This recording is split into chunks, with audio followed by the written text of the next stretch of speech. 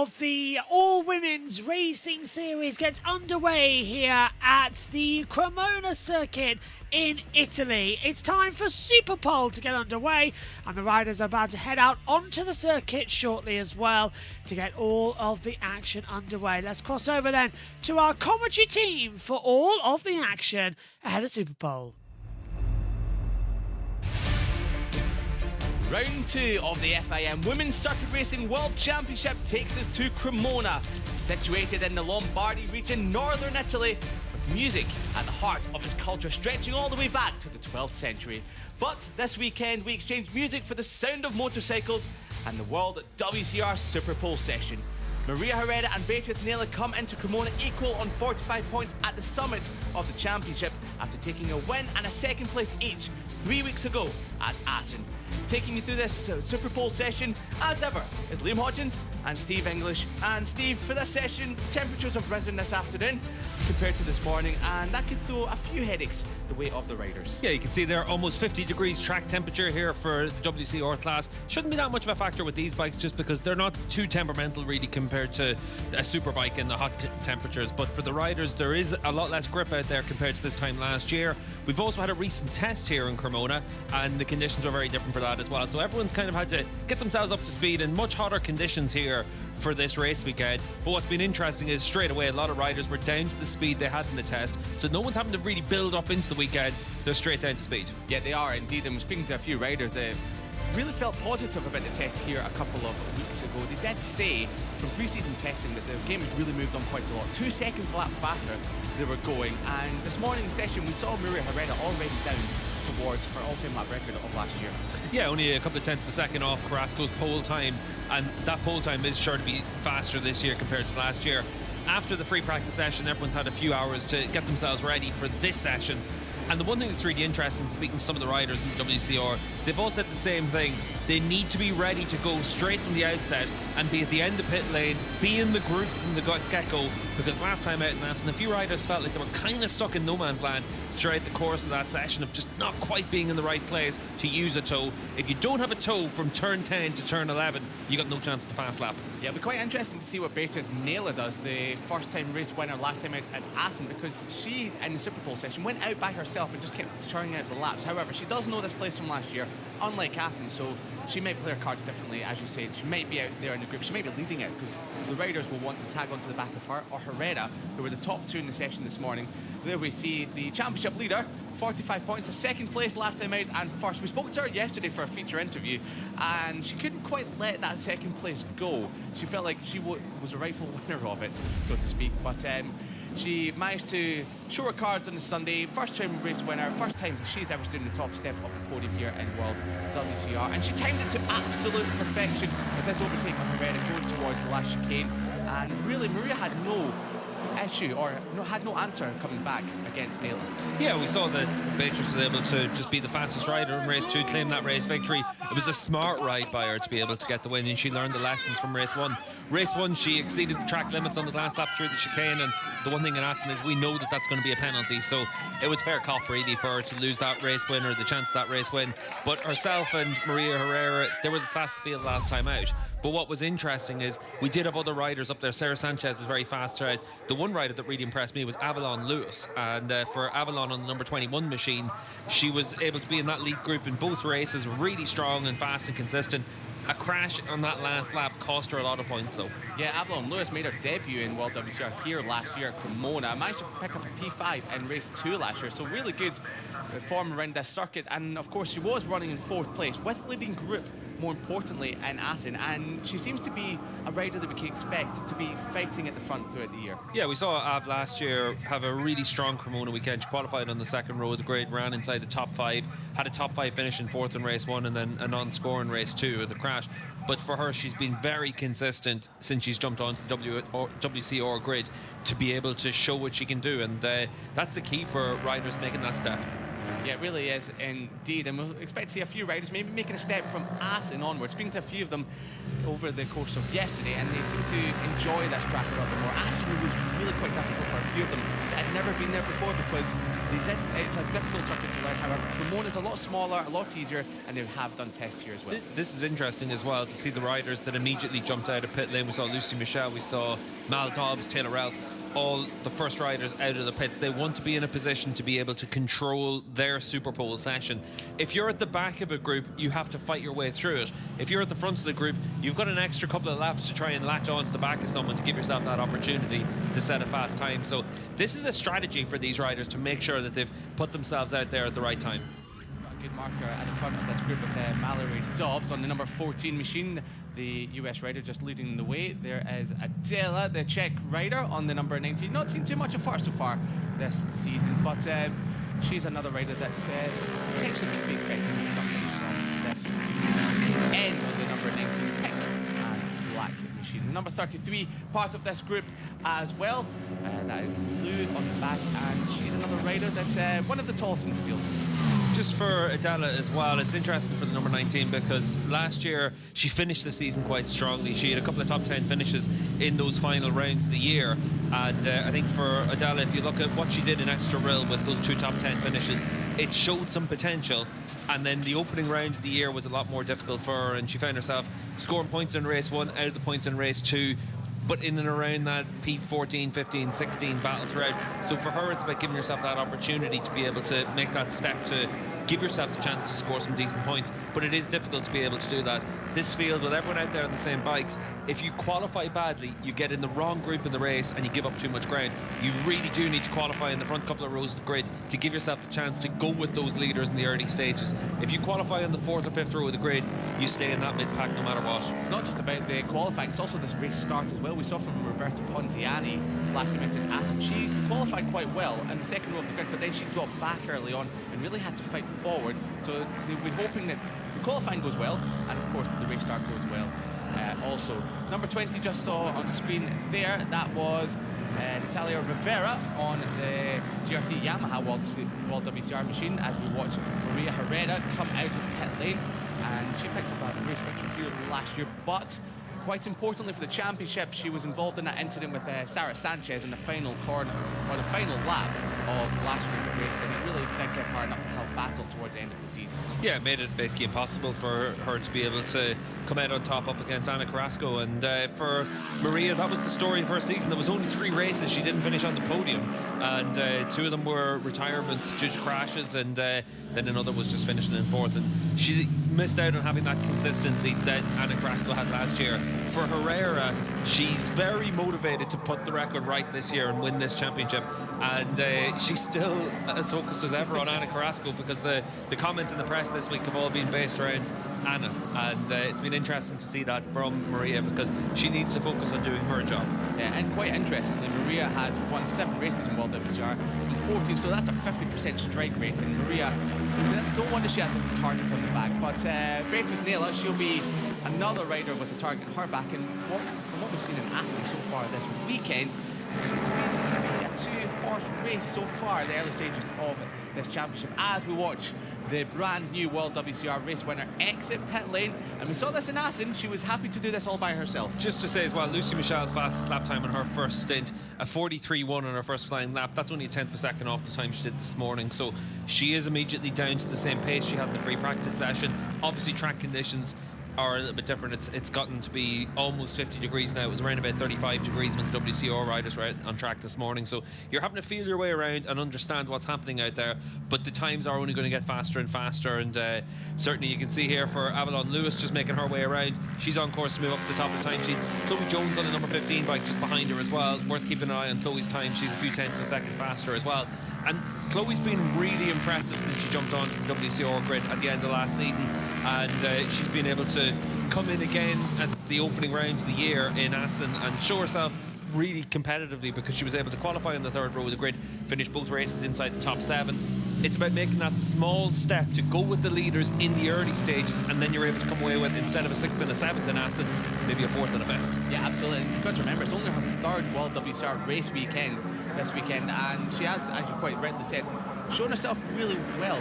She's first, 6th, for the first 3 attempts at World WCR. 7th in race 2 at Assen. However, she is there and around that mid-pack, just picking up those important points and learning, which is quite important. Yeah, that's the one thing in this class is that we want to see the riders that are able to jump in and immediately be competitive. We know how good Anna Carrasco and Maria Herrera were last year.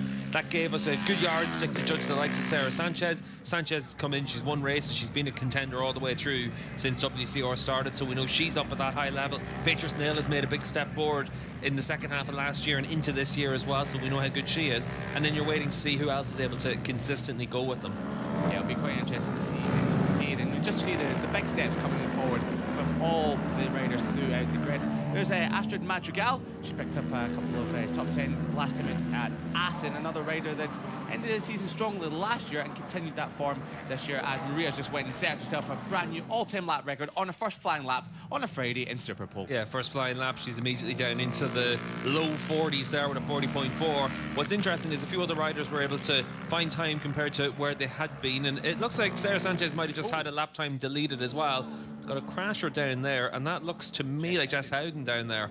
Yeah, it's such a shame for Jess Howden. She looked quite confident yesterday, quietly confident yesterday when speaking to her, and such a shame that she's gone down there. Not quite sure which corner that was. Turn 2 for the number 52 that she's gone down. Howden's been able to put in a lap time already. She's up there 10th fastest with a 43.1. So it's actually not that bad of a lap time to come in straight away, just compared to the free practice sessions. That would have been the 11th fastest time. So there are going to be some riders that just won't go faster than that. So Howden's fall down the grid might be by a row or two, but she needs to get that bike back to the pits and make sure that she's able to get back out in this session. It's such an important point to get a banker lap in, because anything can happen in the session. This is what's quite important as well. You could see there with Taylor Ralph coming through. Taylor up there 3rd fastest. Obviously, after the crash for Howden, we'll wait and see what happens to these lap times if anyone went through yellow flags. But what we saw behind her was Mal Dobbs, the number 14, the first rider out of the pits, staying with that leading group of riders, and then Dobbs up there currently on the 3rd row of the grid. So her strategy to leave the pits early has paid off, because she's been able to lap there with some of the faster riders and give herself the chance of being up inside the top 10. Yeah, it's quite good to get yourself a good marker just in front of you as we watch Sarah Sanchez, a rider that caused us some trouble last year in race number 2. However, she'll be hoping for a good battle this weekend. Personal best for Sarah Sanchez, up to 5th spot she goes on the number 64's Herrera. Sets a new all-time lap record at 0.6 of a second faster than she went this morning, and of course half a second faster than the old all-time lap record. So 2 laps in a row, 2 new all-time lap records, and just a few moments behind her, Roberta Pontiani picked up her sole podium last year after all of that melee with Herrera and Sanchez in the final lap of race number 2. However, Pontiani, she's got a lot of family here this weekend, a lot of friends as well, as we've seen in the paddock, and she'll be hoping to maybe go a step higher on the podium as she did last year. Maybe a race victory at home would be nice. Yeah, for Roberta, I think it'll be a step too much to do that, but the fact that she made her podium here last year gives her a lot of encouragement. She was always up inside the top 5 last season. The whole way through the campaign, she was up inside the top 5. She had one non-score at Donington in the second race. Everything else, she was really competitive, but always seemed to be in that 4th or 5th position. That podium, you hope, gives her the confidence to kick on, to win those battles, to put yourself back on the podium on a more regular basis. But to make the step to win a race, that's a big step to make. And we saw in Assen again for her, it was a 5th and a 4th, so the continuation of what we've seen from her really over last season and into this year. But the big reason for that was she qualified on the 3rd row of the grid. She needs to qualify that a little bit further up the field, and she's done a good job in this session to put herself up there on the 2nd row right now. Yeah, we spoke about in Assen, she needs to work on her starts as well, because she was dropping back far too much and having to fight back up. She managed to finish in 5th and 4th in both races, but just leaving her a little step too much to try and fight back. Another rider that's shown brilliantly in this session is Astrid Madrigal on the number 83 machine, the Mexican rider, well and truly inside the top 3 for the time being on the 1st row of the grid. If she remains there, that'll be her best qualifying in World WCR. Yeah, we saw last year a couple of times she qualified on the 3rd row of the grid. Again, in the opening round of the year, we saw that she's made a step forward compared to last year, but she came away with 2 8th place finishes. So again, you're in that second group, but you're at the front of that second group. Last year, she seemed to be a little bit further back in that second group. So it's really important for her to give herself that opportunity to qualify a bit better and then see if you're able to have a strong result. Yeah, absolutely. Qualifying is key here. Beatrice Naila is well on course for the top spot at the time being, coming through sector number 2. Dropped off a little bit. She was fastest in sector number 1 on the current lap. Sector number 2, she's 400ths off Maria Herrera's new all-time lap record. She's on course to go second for the time being. We'll watch her as she comes through split number 3 anytime now.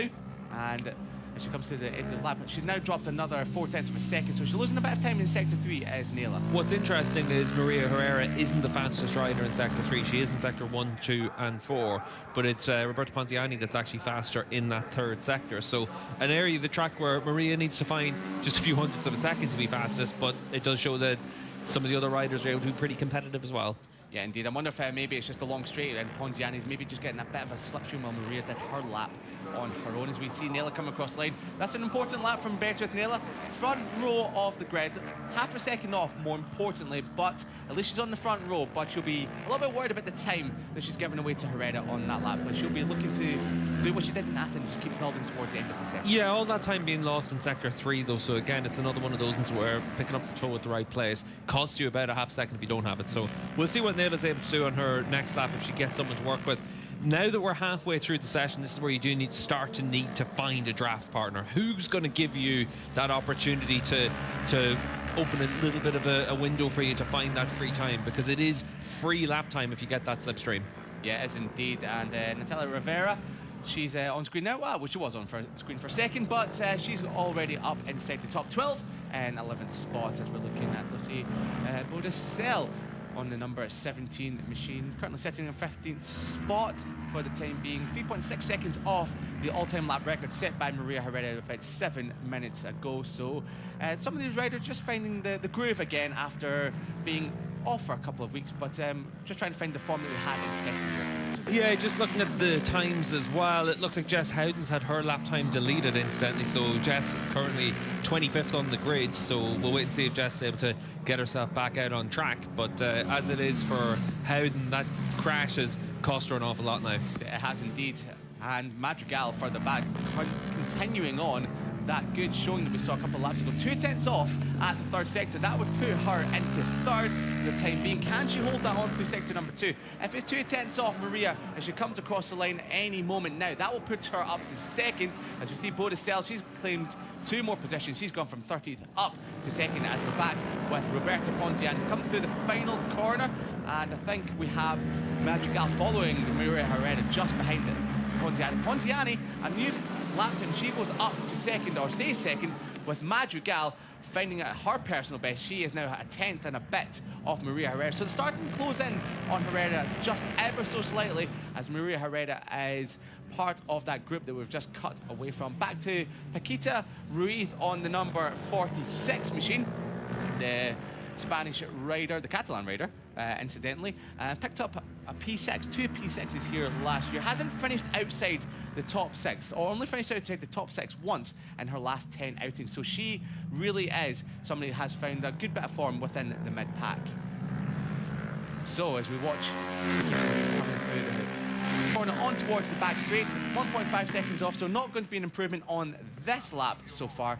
Carreño further back on the number 99. Riders just finding some improvements as they continue to tick off these laps with 11 minutes to go of this session, as we're watching number 46 coming through the final complex of corners, where we have seen a little bit of kerfuffle on the final lap of race 2 last year, but the rider we want to keep an eye on is the number 99. A few moments further back as she comes through sector number 3. Will the number 99 improve? 1.9 seconds she has off. She can improve 4 places up towards 13th. Yeah, the rider we probably need to keep an eye on is Sarah Sanchez, because there's half a second between Maria Herrera fastest, Beatrice Nela in 4th fastest. There's another second back to Sanchez, and that next group of a second takes you all the way down to 12th as well. So for Sanchez, she's on course for her personal best. This is the number 64, and we'll see what she can do on her run to the line. And she finds a few tenths of a second, but just losing a lot of time in each sector there, really. A third of a second in sector 1, quarter of a second in sector 2, 4/10 of a second in sector 3, and then it was another 4/10 in that final sector. So that's where her pace is right now, but all it takes is one rider to catch at the right time, and suddenly you're able to make that bit of a jump. So we'll see if she's able to do that.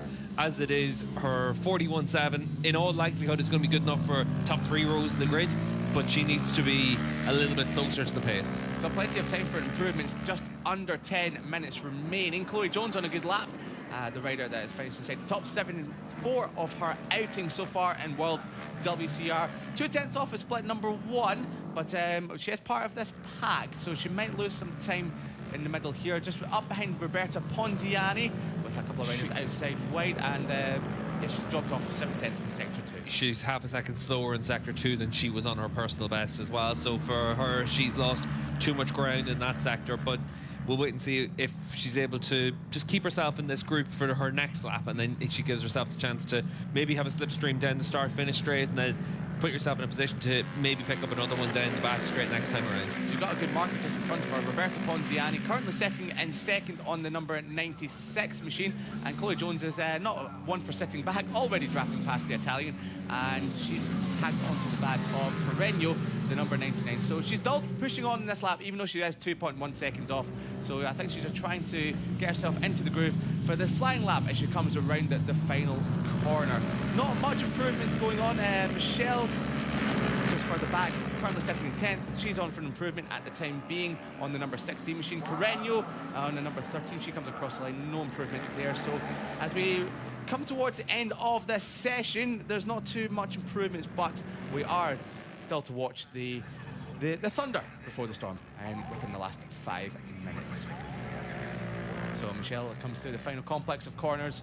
8 minutes to go on the number 16 machine as we look at the time monitor, and I think you've spotted something, Steve. Well, you can see just as she's making her way through the flip-flops there at the end of the lap, just cruising around on this lap now, lost a lot of time there in Sector 3. But we're 8 minutes left in the session, so enough time for 5 laps now for Lucy to try and set something. But her problem is she's on her own and out on track. The next rider in front of her is, it looks like it's Samoa is out there on track in front of her, and there's round about 3 corners to make up. So she's going to do her times on her own for this session, it looks like. Yeah, maybe it'd be best of her to just set up for first a lap, take stock, and then potentially find a rider. One of the fast riders coming out of pit lane, like Maria Herrera. She's currently in the pits at the moment. Some changes to the bike, then she'll get cracking on in the next few minutes. In these sessions, typically riders just come back into the pits, see where they're losing time, but more than anything, you're trying to see who else is in pit lane. Who can you leave pit lane with to follow through the course of this lap? You can see Avalon Biddle there on the number 21 machine, Avalon Lewis, as as her married name is. And for Av, again, you can see there just putting herself in a position to make sure she leaves the pits at the right time with the right people. And she's beside Beatrice Naylor there in the pit box. It's quite interesting having the top 2 in the championship equal on points. Maria Herrera and Beatrice Naylor in the pit. Will there be some gamesmanship going on here? One waiting for the other to come out, as we now have the riders exiting pit lane. Naylor's left the pit lane on the number 36, just in front of the 94 of Beatrice Barbera on the 94 machine, the Italian rider. She's currently sitting all the way down in 23rd for the time being, so some improvements coming from the Italian potentially for the next few moments. Here's Michelle once again, the number 16. Improvements on this lap potentially, yes, up 2 spots on to the 3rd row of the grid, the middle of the 3rd row and towards 8th. So she found some time in that final sector, and she's now finding herself in the middle of the 3rd row with just over 6 minutes remaining. So as we see some of the faster riders coming out of the pit box and getting themselves ready for their flying lap, it's currently Herrera leading the way, only 1/10.5 in front of Ponziani, and just under 2/10 back is Astrid Madrigal.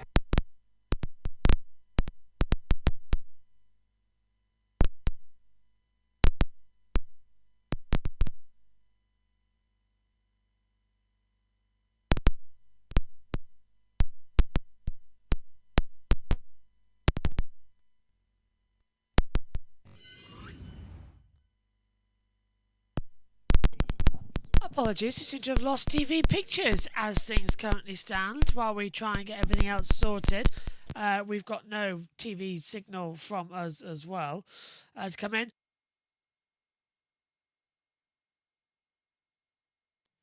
So while we wait, currently got Maria here on top, and I think TV pictures are just coming back to us in a few moments' time. Maria Hero on top with 5 minutes to go from Ponziani.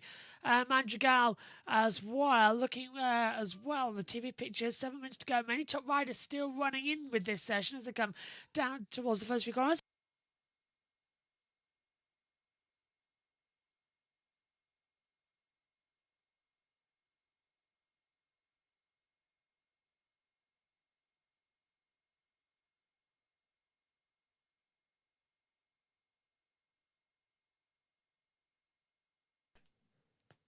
So, we've got another technical issue hitting us like earlier on today. We apologise for this.